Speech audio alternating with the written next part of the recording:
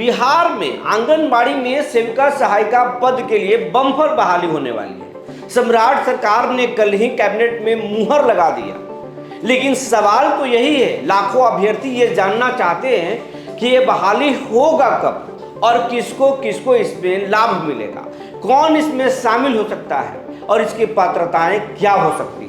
तो आज इस वीडियो में सब कुछ बताएंगे। अगर आप सेविका सहायिका बनना चाहते हैं, आंगनबाड़ी में बहाली में भाग लेना चाहते हैं, तो ये खबर आपके लिए बहुत ज़रूरी है।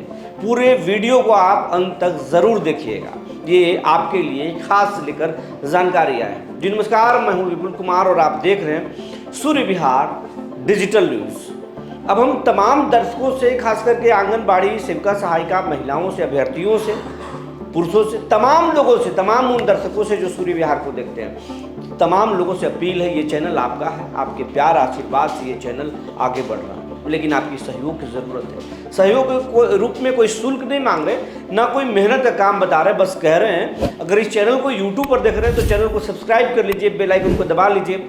अगर आप इस चैनल को फेसबुक पर देख रहे हैं तो पेज को फॉलो कर लीजिए।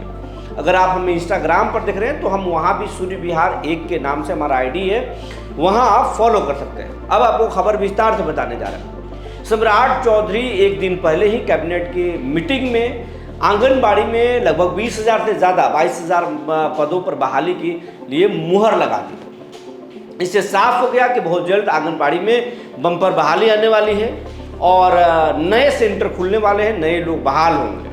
लेकिन सवाल ये है, हर लोग ये जानना चाहते हैं, लाखों अभ्यर्थी हैं जो आंगनबाड़ी में सेविका सहायिका पद पर आवेदन करना चाहते हैं। महीनों से वो इंतजार कर रहे हैं, कहे तो सालों से इंतजार कर रहे हैं कि वो बनना चाहते हैं। पहले भी हुआ, लेकिन वो उसमें शामिल नहीं हुए, और शामिल हुए तो पहले अधिकारियों के, अफसरों के मन मर्जी हुआ।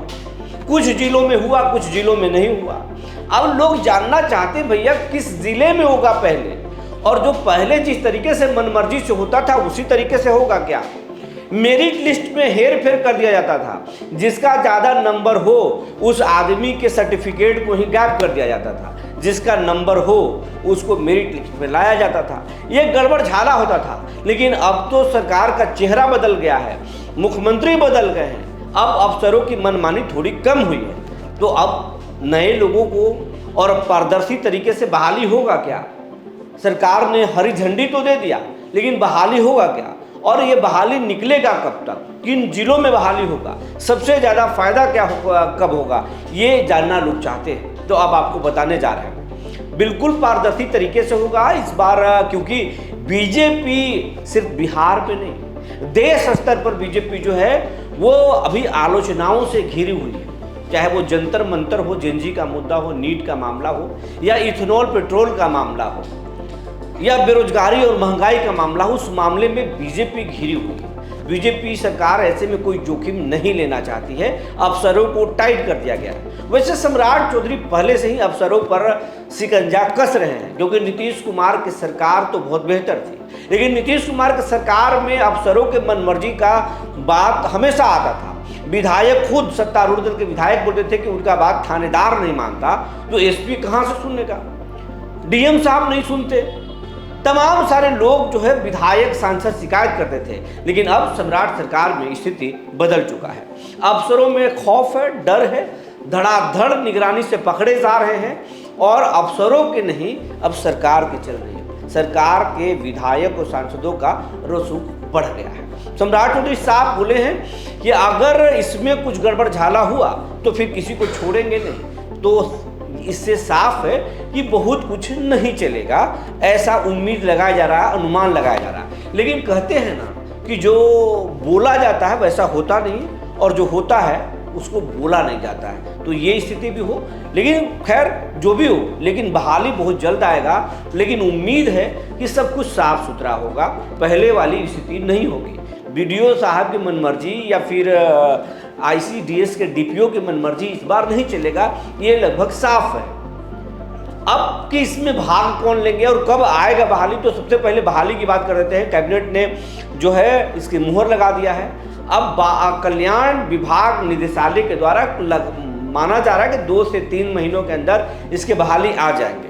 आप बहाली के इंतजार में नहीं रहे, आप अपने दस्तावेज, डॉक्यूमेंट जो है वो आप बना लें, ताकि बहाली किसी भी वक्त आए तो आप तैयार रहें बहाली में भाग लेने के लिए। तो 2-3 महीनों में उम्मीद किया जा रहा है कि बहाली आएगा और 2-3 महीनों के अंदर में नोटिफिकेशन हो जाएगा और उसके बाद में बहाली आ जाएगा, आप जा सकते हैं। बिहार के अधिकांश जिलों में बहाली आएगा, कुछ ही जिला है जहाँ पे नहीं आ सकता है, क्योंकि 1.25 लाख करीब जो है आंगनबाड़ी सेंटर्स चल रहे हैं जिसमें लाखों लोग काम कर रहे हैं। 18,000 नए सेंटर्स खोलने हैं जिसके लिए ये बहाली हो रहा है। तो ये साफ है। अब इसमें भाग कौन लेंगे, तो हमने विभाग से जानकारी जुटाया कि इसमें कौन से लोग भाग लेंगे और कौन से लोग पात्रता इसमें हो सकते हैं जो कि इसमें भाग लेकर के और वो आंगनबाड़ी के सेविका या सहायिका बन सकते हैं, या उस डिपार्टमेंट में और क्लर्क की या बहुत सारे पदों पर बहाली होगी, अकाउंटेंट, तो उस पर कौन कौन से लोग भाग ले सकते हैं। तो मुख्य रूप से मैं आपको बता रहा हूँ, बिहार के आंगनबाड़ी सेविका सहायिका के लिए जो योग्यता तय किया है सरकार ने, उसमें है कि आंगनबाड़ी सेविका सहायिका पद के लिए आवेदन करने वाले की न्यूनतम जो शिक्षा, कम से कम जो शिक्षा होगा वो इंटर का होगा, 12वीं का होगा, वो होना बहुत जरूरी है। दूसरा कि सभी पदवार समर्थित आवेदनों में सर्वोच्च शैक्षणिक योग्यता वाले अभ्यर्थी का चयन सेविका और सहायिका के लिए किया जाएगा, यानी सारे लोग आवेदन करेंगे, उसमें जो सबसे ज़्यादा अंक जिसका होगा उसकी बहाली होगी, जो जिसका नंबर ज़्यादा होगा वो बहाल होगा। तीसरा ये कि अगर 2 से अधिक उम्मीदवारों की सर्वोच्च शैक्षणिक शिक्षा एक बराबर हो, मान लीजिए अगर कोई इंटर पास 2 लोगों की या 5 लोगों की जो है परसेंटेज 1 है, मान लीजिए कि 1 है, तो उसमें जो सबसे ज़्यादा जिनका होगा उसका होगा, वो 4 लोग उसमें छट जाएंगे। तो ये समझ लीजिए। मेधा अंक समान होने पर अधिक उम्र वाले व्यक्ति का चयन किया जाएगा। जैसे मान लीजिए किसी व्यक्ति को 60 नंबर ही 2 व्यक्ति को आ गया है, तो दोनों को कैसे हो सकता है, दोनों का समान हो गया, तो फिर वो ऐसे स्थिति में जिसका उम्र ज़्यादा होगा उसको उसमें चयन किया जाएगा, ये नियम है मेधा। फिर तीसरा है कि आवेदन की उम्र भर्ती विज्ञापन प्रकाशन की तिथि से कम न्यूनतम जो है वो 18 वर्ष से 35 वर्ष होना चाहिए। मतलब कि जिस दिन विज्ञापन निकलेगा उस दिन तक 18 साल सबसे कम और 35 साल सबसे ज़्यादा होना चाहिए। उसके बाद 36 साल होगा, नहीं होगा, 35 साल 2 दिन होगा, नहीं होगा, 18 साल में 2 दिन कम होगा, नहीं चलेगा।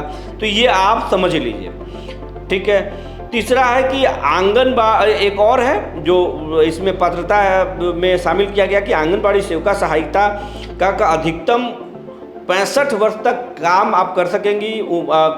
काम करने के लिए ये नौकरी आपका 65 साल के लिए होगा। इसके बाद स्वतः सेवा मुक्त हो जाएंगे आप, ये संविदा के आधार पर होता है, ये आप समझ लीजिए पहले। आंगनबाड़ी सेविका सहायिका पद पर चयनित होने के लिए आवेदक का वार्ड का निवासी होना आवश्यक है। आवेदन पत्र के साथ सक्षम प्राधिकार से निर्गत स्थायी आवासीय प्रमाण पत्र लगाना जरूरी होगा, जिसमें संबंधित वार्ड का नाम लिखा जाना चाहिए। जहां भी बहाली होगा वहां का आपको निवास प्रमाण पत्र यानी आवासीय प्रमाण पत्र होना जरूरी है। वहां के वार्ड सदस्य भी वो उस आवासीय प्रमाण पत्र निगत होना चाहिए कि इस वार्ड के रहने वाले हैं। तो ये नियम है, यही पात्रता है। और 20,000 पहले ही था, मार्च तक ही तैयारी थी कि मार्च में 20,000 जो है आंगनबाड़ी के सेविका सहायिका का जो है बहाली निकाला जाएगा, लेकिन अब ज़्यादा।